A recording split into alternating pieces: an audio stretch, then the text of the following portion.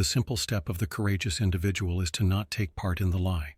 Hello, I am Alexander Solzhenitsyn, and I offer you this statement not as a philosopher, not as a dissident, not even as a writer, but as a man who has seen what becomes of a society when its people lose the will or the clarity to distinguish truth from falsehood.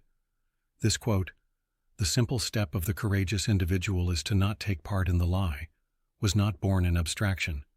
It emerged from the crucible of totalitarianism, forged in the labor camps of the Soviet Gulag, where lies were not just pervasive, they were institutionalized.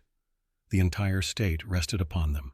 Citizens were compelled to parrot the party line, to pretend, to perform, to internalize distortions as truth, and in return, they were promised safety, stability, and order. But what was the cost? The cost was the soul. The cost was reality itself. I said simple, not because this step is easy, but because it is direct. You do not need an army. You do not need a newspaper. You do not even need to shout.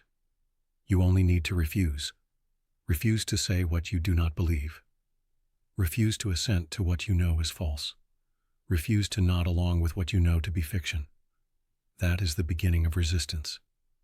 That is where integrity begins. Why I said it then. When I wrote these words, the Soviet Union was still a living machine of repression. The Communist Party demanded loyalty not just in actions, but in thoughts. It wasn't enough to stay silent. You had to lie, actively, on behalf of the state. That was the deeper violence, the invasion of the conscience. I watched many of my countrymen rationalize their compliance. What can one man do? It's just words. Everyone knows it's false anyway. But every time we make that compromise, we strengthen the system of lies, and every time we refuse to speak the truth, we permit the illusion to grow stronger. Even when our silence feels safe, it is betrayal. And even when our protest feels futile, it is freedom. Why it matters now. Do not think this message belongs only to Soviet history. Today, in every corner of the so-called free world, lies flourish in new forms. Governments lie. Corporations lie. Media lie.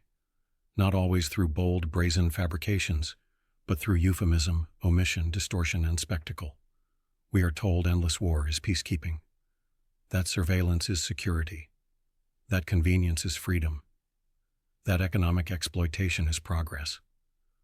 We are told to mistrust our own eyes and instincts, so long as we stay entertained and compliant. And worse, we are told that there is no truth at all, that reality is subjective, that morality is a matter of taste, that all narratives are equal.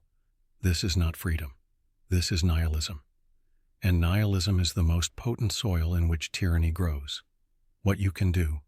I will not pretend it is easy to speak truth in a world so comfortable with lies, but I will tell you this. Your refusal matters. Refuse the lie in language. Don't repeat slogans you don't believe. Don't participate in theater. Words have power. Use them with care. Refuse the lie in behavior. Do not pretend to believe what you do not. Live according to your values, not according to fear. Refuse the lie in silence. When you witness deception, whether in media, politics, or your community, name it. Quietly, clearly.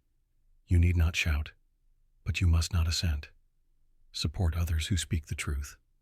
Isolation is the tyrant's greatest weapon. Seek out truth tellers, stand beside them. Their courage will bolster yours. Educate for integrity.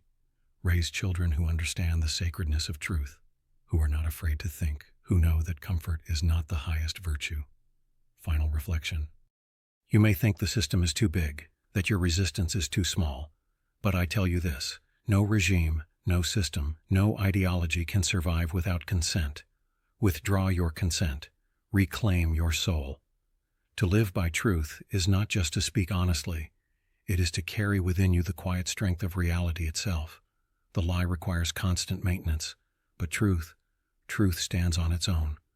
So take this step, not with rage, not with fear, but with dignity.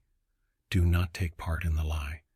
Because when enough individuals refuse, what seemed immovable begins to fall, and in that lies the power of one.